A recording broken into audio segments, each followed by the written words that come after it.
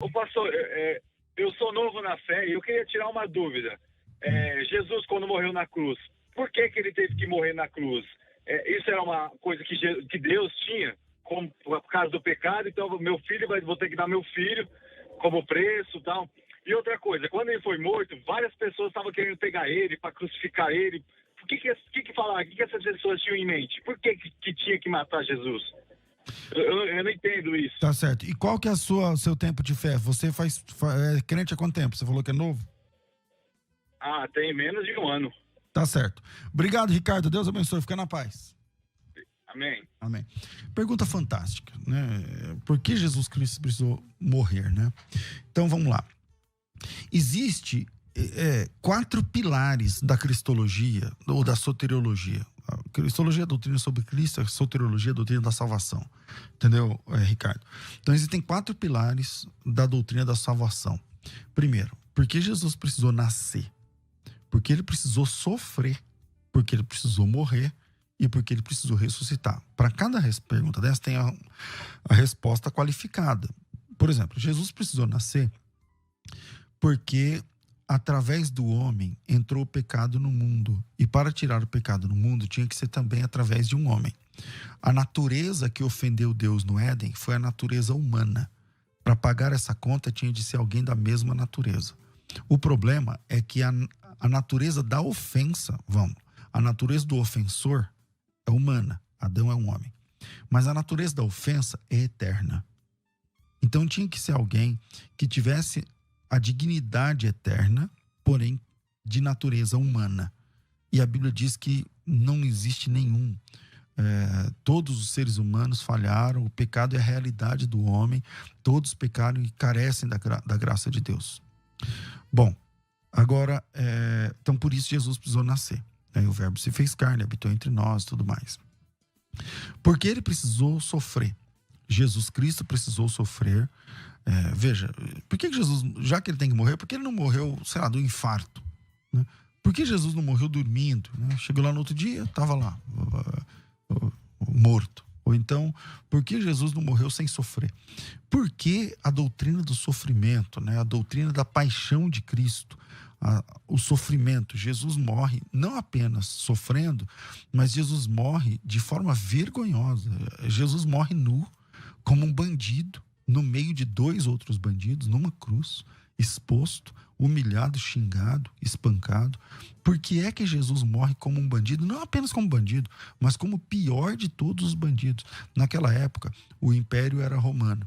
E a morte, a pior morte do Império Romano, naquele momento, era a morte por crucificação.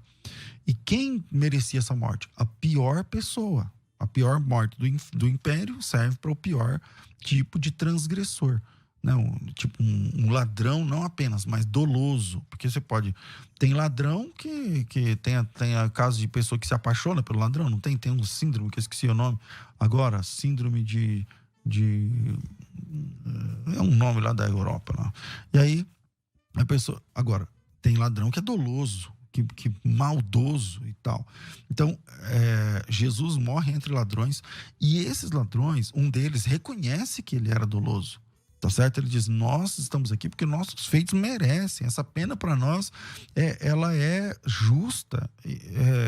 Nós merecemos estar aqui, porque nós somos as piores pessoas do Império. Jesus morre como o pior pecador. Por quê? Jesus morre como o pior pecador, Ricardo? Porque a morte de Cristo alcança o pior pecador. Na cruz, Jesus Cristo desceu ao último degrau da dignidade humana. Ele desceu ao último degrau. Se o último degrau é um estuprador de bebê, por exemplo, Jesus morreu como um cara assim. Por quê? Para mostrar para o estuprador de bebês que ele desceu no último nível da dignidade humana para resgatar o pior, o mais desgracento de todos os pecadores. A morte de Cristo comporta esse cara. Agora, por que Jesus Cristo precisou morrer? Jesus Cristo precisou morrer porque nós temos um inimigo que é a morte. Nós temos um inimigo que é a morte. E a morte só podia ser vencida se alguém triunfasse sobre a morte. E como que se triunfa sobre a morte? Tem que morrer de verdade e depois triunfar, levantar do túmulo com o corpo glorioso, né, com provas irrefutáveis.